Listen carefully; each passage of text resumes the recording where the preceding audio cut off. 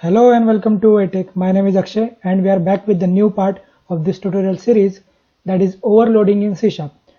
So today we will see what is overloading, and there are several types of overloading we can do in C# or in any other language, but as we are learning C#, so we can overload a method, we can overload a constructor, as well as we can also overload an operator. So that we will see in the next part of this tutorial series. So today we will learn what is method overloading and constructor overloading in C#. So first of all, method overloading. So two or more methods having same name but different number and type of parameter under the same type, that is class. So we will be taking an example of a class. So here type will be class. So two or more methods having same name but different number and type of parameter under the same type is called as method overloading. So what does that mean? We will see that in action, so don't worry. And method can be overloaded based on following, that is number of parameter and types of parameter. So let's see what is method overloading directly in an action, and for that let's just switch to Visual Studio. Here it is a simple console application. I will get rid of these extra namespaces. Now let's take a new class. Okay, class test. Let me make that capital. So that is the convention. Your class name should be capital. These are some of the conventions you should follow while coding in C#. So let's just take one method, public void int addition, and let's just take two parameters that will be used for addition. So value 1 and value 2. So here it will be a value 1, and we'll print that addition directly onto the console.writeLine. Sorry, I have already taken that return type as a void, so I don't need to take int because we are not returning anything. We are directly printing that addition onto the console. So if you guys might be wondering what this void return type, so I have already explained you what are the methods in C#. So at that time I have told you this is nothing but a return type, but this void return type particularly, why we use that? Because if we want to return nothing, okay, so if I would have taken int, or if I would have taken string as my return type, so this method is returning nothing but a string, and if I would have taken int, then this method will return int. But if you don't want to return anything, then in that case just take void. Okay, so I want to return an addition of these two number, that is value 1 plus value 2. Okay, and we know we have to start from a main method. So, and we have learned that in very first video of this tutorial series, that is the execution starts from main method. If you guys not aware about this thing, just check out that video, because it is very important to know these basic things if you are a beginner. Okay, now what I will do, I will call that method, and we know that that method is in this class. Okay, so I have to make object of that class is equals to test t is equal to new test, and on that object I can be able to call that method, that is addition, and we know this is taking two parameters. Okay, and let's just try to take those parameters, those values from the user. Okay, so what we can do, we can prompt one message, that is enter first number to add. Let me make that spelling correct. Okay, enter first number to add, and whatever number user will enter, we know that will be of int type, and we are allowing only int type here. So that is what we are learning method overloading about. What if we want to take float type in future? So we will see everything, but just let's try to print this first. but first let's just try to print this. Okay, so we know the value first. So whatever user will enter onto the console, we know how to read that, console.read or console.readline. We know readline will, now readline will read whole line from that console. But if you use only read instead of readline, so that will not return whole line, that will return only a word. And if you use return key on read key only, so that will return so that will read only single key or single character. Okay, so that is the difference, nothing else. So I will take read line, read line, and whatever we know coming onto this console, coming from the console, that will be in a string format. And why? Because whatever user interface user can see, that is in a string format, so it is inbuilt, so implicitly it is nothing but a string which we see onto the console. So we know whatever coming from this console, that will be a string, and we are taking that and we are storing that into a type that is integer. So we have to cast that, and we have learned casting in C#. In previous video you will find that. If you don't aware about casting in C#, so please check videos that you will find in the previous parts of this tutorial series. Okay, so coming back to this video, and I will repeat that procedure for the second number like this. If I take second number as my variable, and I will prompt user to enter second number to add, and that also we will read from the console like this, and we are storing that to the integer variable, parsing that string to the integer. Okay, and now we will pass that values in our method, because we know this method expects, if you hover your mouse, so it will tell you, that IntelliSense will tell you what this method is, has the return type, what this method is expecting. So this method has a void return type, that means it is returning nothing, and it is expecting parameter, that is 2 parameter of integer type. Okay, so second value, that is int. Okay, I have taken variable as second number, so I will make that value second. So it doesn't matter whatever variable name you take here. It is up to you what name you want to provide. It is just for the convention that it will be a value first and it will be a value second, so user will be understand. So and also, if this code of yours, if some of the colleague will see this code of yours, so he will be easy, so that will be easy to understand him, your code, what your code exactly doing. So for that you should follow good naming conventions, and you should use some logical names in your code. Okay, so that is why I have taken that value second. Okay, and now if I run this program,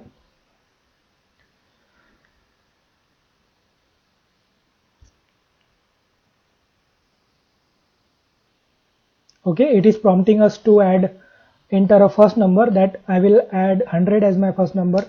I will enter and I will add second number as 200, and result will be 300.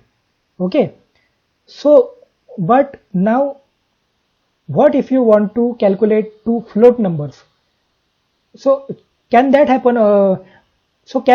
Using this addition method? Because we know this addition method is expecting only integer. So I will show you that. Let me first correct some of things here.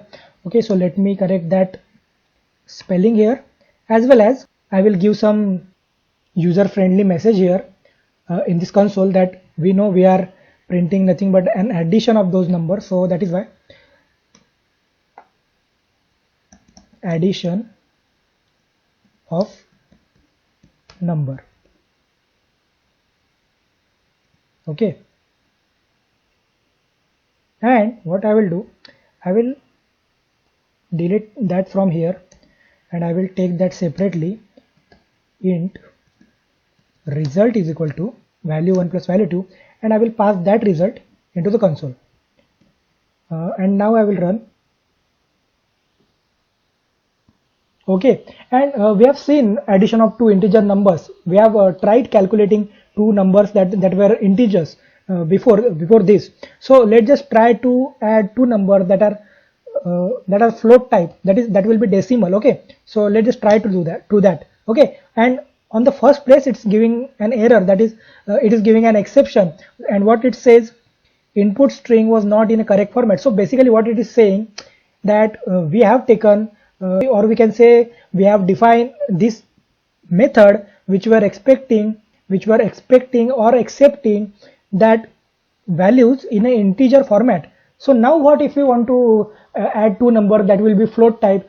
Okay, so let's say we have a requirement in future that this method should allow addition of two float numbers, that float type method. So at that time, and even there should not be any modification to the name of this method. So this name should be same, because there might be applications that might be depending on this method, and if you change the name of this method, or as well as you have changed this this parameters, this return type, so those depending applications will fail to execute, and this application will not be a backward compatible. And that's what the DLL help problem that we have seen in our .NET Frameworks tutorial series. Okay, so if you guys not aware about that also, so please check out my .NET Framework tutorial series. The link of that you will find in the description of this video below.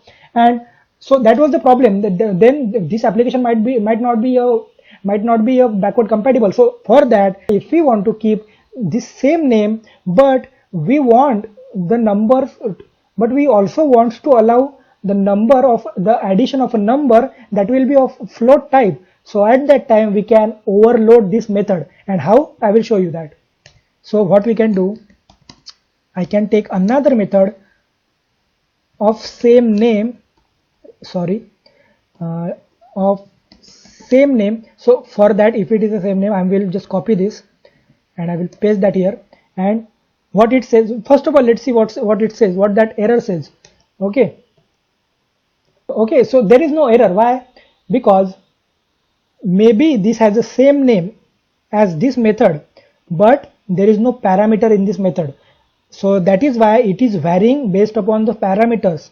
So so that was the point we have read on the slide. Okay, so I will show you that. So what it says, methods can be overloaded based on the following, that is number of parameters and types of parameters. So right now it is overloaded based on the number of parameters. So it has two parameters and it has nothing. And even if I take one more parameter, it should not give any error, because there is still a single parameter, and here there are two parameters. So both these methods are varying depending on this number of parameters. So what if I take another parameter of same type, value 2, and here there will be value 1. Now it will give us an error. What it says, type test already defines, that is, what is this test? It is a class, so it is a type. So under this type, under the same type, we have a method with same name, and that's what it is giving an error. Okay, so what it says, type test already so what it says, type test already defines a member called addition with same parameter types. So now if you want to overload this method, so there should be a variation either based on the number of parameters, or if you want to take only two parameters like this method is taking, but then there should be a variation depending on the type of the parameter. If I take this type parameter as a float, and as soon as I have done that, the error is gone. Now your method is overloaded, and I want to take both the value as a float, and I want to repeat the same procedure,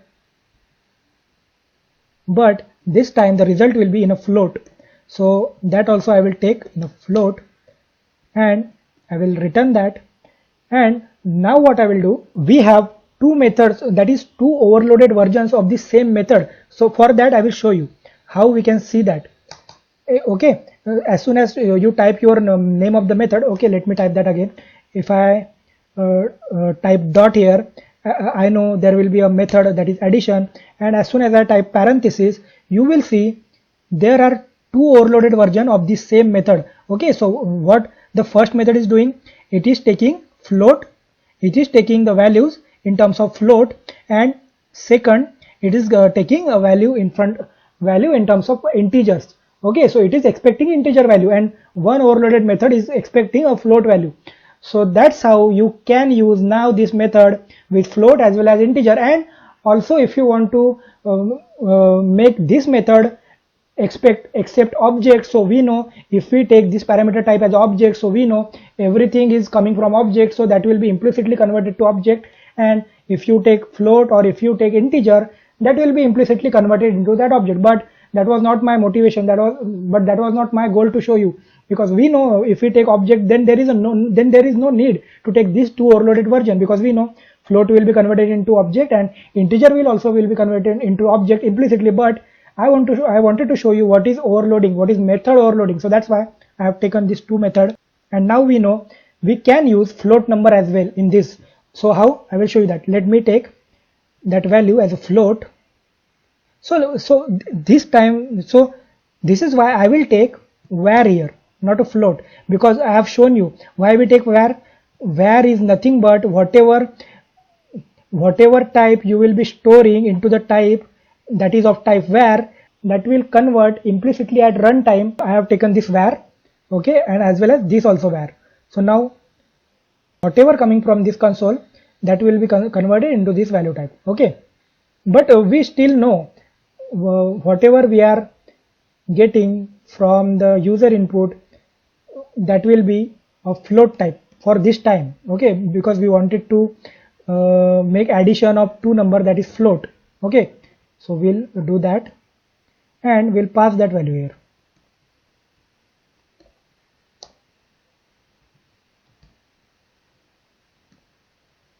Like this. And now if I run, okay, and now if I try to make an addition of two float number, let me take one float number first and try to enter that. Okay, so it is expecting, so it is accepting our number, because we have introduced one new method with overloaded version that is accepting float values. And let me take another value, that's a 13.5 itself, and result will be 27. Okay, and again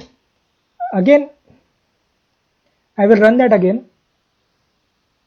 And now if I try to add two integers number as well, that also will be possible, like this. And now if you guys might be wondering how is that possible, because we are taking whatever that is coming on this console, we are converting that to float. And just now the number I have typed, that was integer type, but that is also we have learned at the time of typecasting, because this is nothing but an upcasting. So that is implicit, and that is implicitly done by compiler, and we know we don't have to convert that explicitly. So all this thing we have learned in previous videos, please check that out, okay. So that is why it is accepting that. So this is nothing but a method overloading. Likewise, we can overload constructor as well. So how? That we will see. Let me take one constructor, that is test, like this.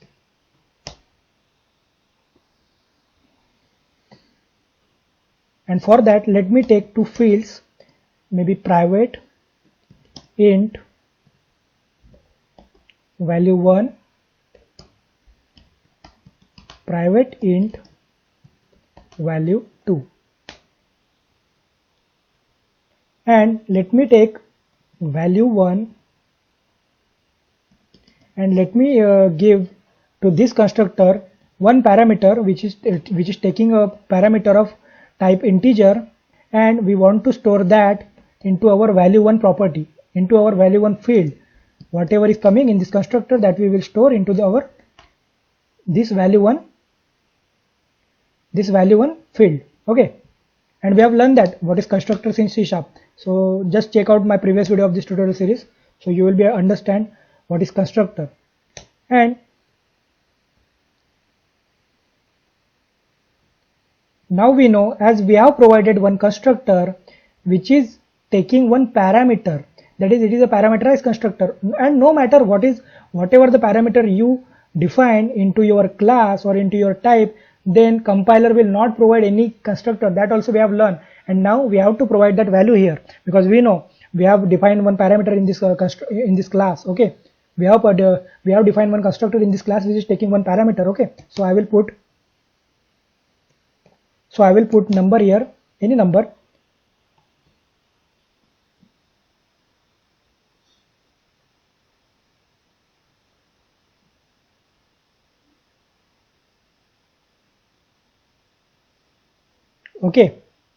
Okay, and what it says, what is the error? Test is inaccessible due to its protection level, and we have seen that also in previous video tutorial. We have to make this public because otherwise it will not be accessible outside this class. Okay, so if I done that, okay, so the error will be gone, and now we know we can pass that. But now what if we want to take a constructor that will take two values as well? Okay, so we want this constructor which is with which is taking one value, but what if you want to want another constructor as well which is taking two values? So at that time we know we can overload constructor. So at that time constructor also can be overloaded like this, based upon type of a parameter as well as number of parameter. If I take int value 1 like this, and we know that will not let us overload that because test already defines a member called constructor with the same parameter type. Okay, it is having the same parameter type. So either you have to change that type of the parameter like this, okay, or what you can do, you can keep that type as it is and you can vary that constructor based upon number of parameters like this. So now we have a two constructor which is one is taking two parameters and one is taking one. So now if I provide one number or two, it will not give us any error because we know this constructor has two overloaded versions. How we can see that? Let me get that again. As soon as I type this, and I will type parameter, and if you press your down arrow, you will see that there are two constructors, one which is taking two parameters and one which is taking only one. Okay, so that is how you can overload constructor as well. So that is how you can overload constructor as well. Okay, and that's what it is saying. Two or more constructor having same name but different number and type of parameters under the same type, that is, for example, here it is a class, is called as constructor overloading, and that is also okay, that also can be overloaded based upon the number of parameters and types of parameter that we have just seen. So let's see summary. Methods cannot be overloaded based on written type of a method. It has to be vary based upon number of type of a parameter. So for that, let me show you. So basically what it is saying, if you guys might be wondering, or if you guys might be thinking, what if we have taken same integer or same parameters, we have taken these same parameters of same type, but what if we have varied them depending on this return type? So if one is returning nothing, so what if one method should return any value, like if I take int here, so is that possible? No, because method cannot be overloaded depending on this return type. So no matter what return type you take, if the name of this method will be same as the previous method and the type of parameter and the number of parameters is the same, so that is not vary. That will not vary based on this return type. The return type, you take anything, you can take return type int as well, but you have to vary that based upon only parameters or a type of parameters. Okay, so like that. If I take type of the parameter as float, so it will not give us any error. This error because it is not returning anything, so that's why you can see that test addition, not all code path returns a value. So we know because it is returning int, so that's why at this time we have to return this result and not to print. If I return